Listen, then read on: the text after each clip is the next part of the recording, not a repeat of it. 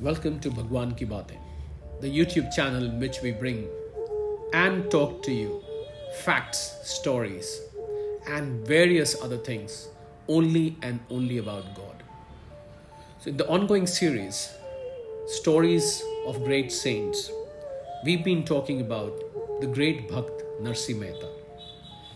So, let's see what happens next. After Lord Shiva showed to Narsi Mehta the dancing of Krishna with the gopis, that exceedingly beautiful Leela of Sri Krishna's, therefore, continually came to his sight. And just as it appeared to him in its beautiful form, he composed verses to describe it. And Sri Krishna, the destroyer of his bhakta's desires for worldly existence, gave him his blessing. In many forms of poetic composition, he described the qualities of Hari. Taking the cymbals and veena in his hand, he danced in the midst of Kirtan. He did not count on anyone's favor. He was always repeating the names of God. To his view, a king and his lowly citizens were alike. The wish tree and the babool tree, a pandit and a herdsman, a sadhu and a wicked reveler appeared alike to him. Having adopted the principles of asking no one for anything, he accepted whatever garments of food that were given to him. Being satisfied with that, he carried on his duties of providing for his family. Near to Junagadh, there is a village by the name of Shampur. The merchant Tripunstak of that village was a follower of the same Vedic branch. His daughter had reached the marriageable age. The merchant was considering the question of her marriage. He sent his priest here and there to make propositions. The priest was a Brahmin by the name of Krishna Bhatt and of supreme piety, who came to the house of Narsi Mehta and spoke to him as follows. Krishna Bhatt said, "My patron has sent me to say that he would offer his daughter in marriage to your son."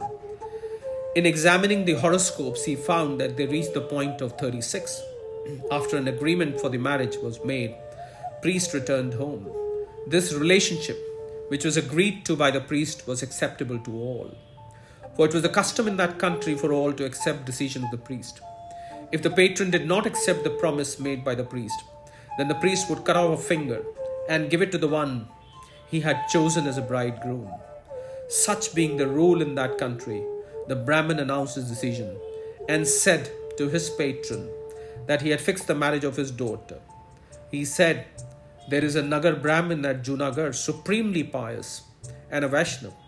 I made an agreement with him to offer your daughter to his son." Listening to the words of the priest, everyone began to laugh, exclaiming, "The fate of the girl seems to be a very unhappy one." The merchant exclaimed, "He is a Vaishnav, indifferent to worldly things. He is constantly dancing in his kirtans. How is it you offered my daughter to him? Do not accept him as our relation. We are not agreeable to the relationship to the house of one where sadhus and saints listen to Sri Bhagavad, and one always unconcerned and indifferent to the worldly things. We do not want any relationship with the one who does not recognize similarity or dissimilarity, that which is his and that which belongs to another. The one who looks with the same reverence to all the creatures. How is it that you agreed to give my daughter in marriage to the one who is without anger, a doer of good deeds, and one who has friendship for every creature, and one in whose house is the very least food and raiment?" The priest replied, "Listen to my words. I have returned having made an agreement. If you reject the agreement, I'll cut off one of my fingers and give it to him." Hearing him say this, the merchant Tirupuranta said, "Tomorrow is the appointed day for the marriage. Let the would-be bridegroom come to the marriage, bringing all the materials necessary. I am a noted merchant, and my relationship will now be with a very weak bhakt of Vishnu. The evil-minded will laugh at me, and therefore such a thing must not happen. Bring to the marriage 500 elephants, horses, palanquins, and chariots. Let there be innumerable players of instruments to accompany the procession. Let the bridegroom come bringing garments and ornaments for the bride, and let him give to the inhabitants of our town a banquet of dainty food. If the bridegroom does not come tomorrow bringing these materials, then the engagement is broken off. Know this for a certainty, you noble Guru. The priest understood the meaning of such a proposition, and he gave Tripurantak several illustrations. He said, daughter of King Bhimak was offered as a bride to Krishna.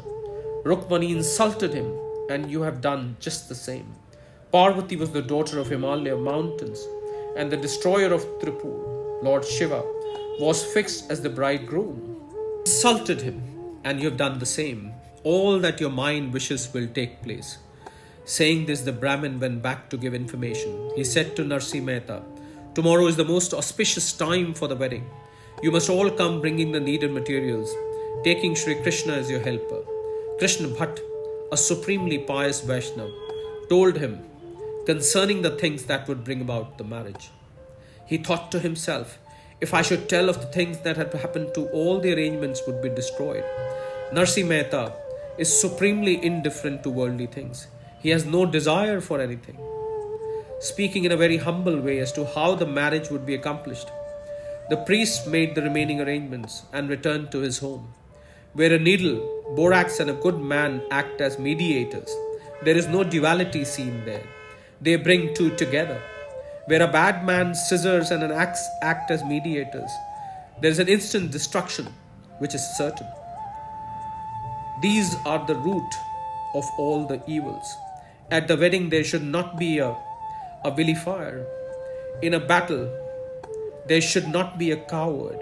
In a kirtan, there should be no noise or confusion.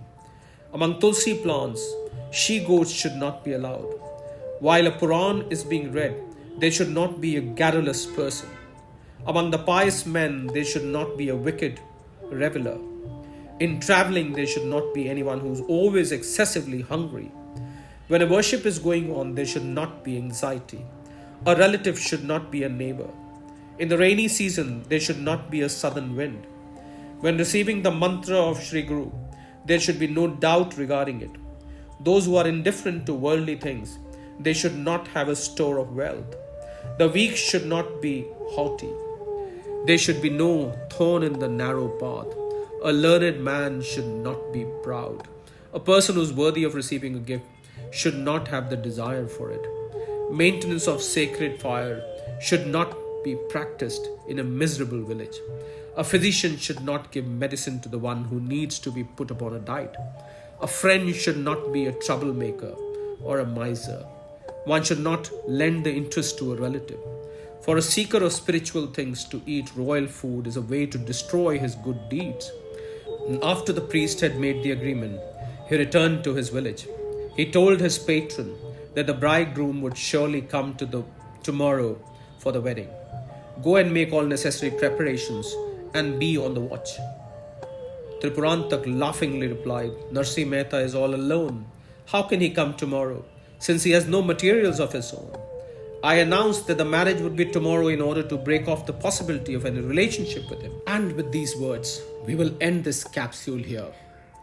And we're sure we'll bring back to you the interesting facts of what happens next in Narsi Mehta's son's wedding. So we'll see you next time in the next capsule. Until then, goodbye, good luck, and Sadar Pranam.